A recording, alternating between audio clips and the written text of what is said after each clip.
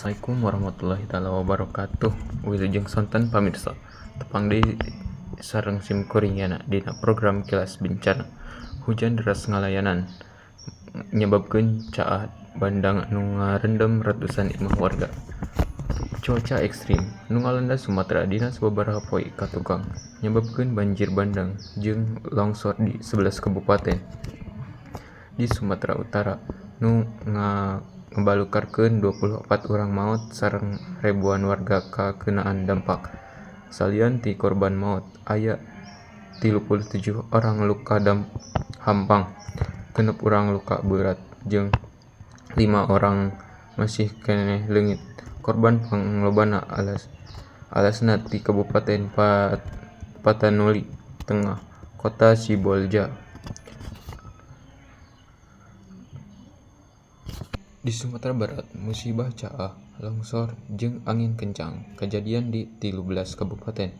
Nepi ka pamarentah nepikeun status tanggap darurat salila 14 poe.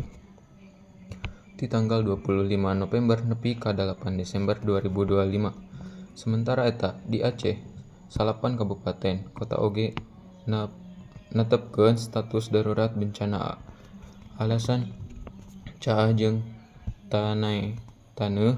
Eta di Aceh, salapan kabupaten kota oge netepkeun status darurat bencana alam caah jeung taneuh obah anu kajadian dina saminggu ka tukang. Dumasar data BPBA aya 46.883 jiwa anu kapangaruhan sarta hampir 1.500 warga kudu ngungsi. Daerah anu pangparna aya di Aceh Timur sabab caah ngarendem 11 kecamatan kaasup ka Kacamatan Damat anu sorangan nyebabkeun 12.000 jiwa kapangaruhan.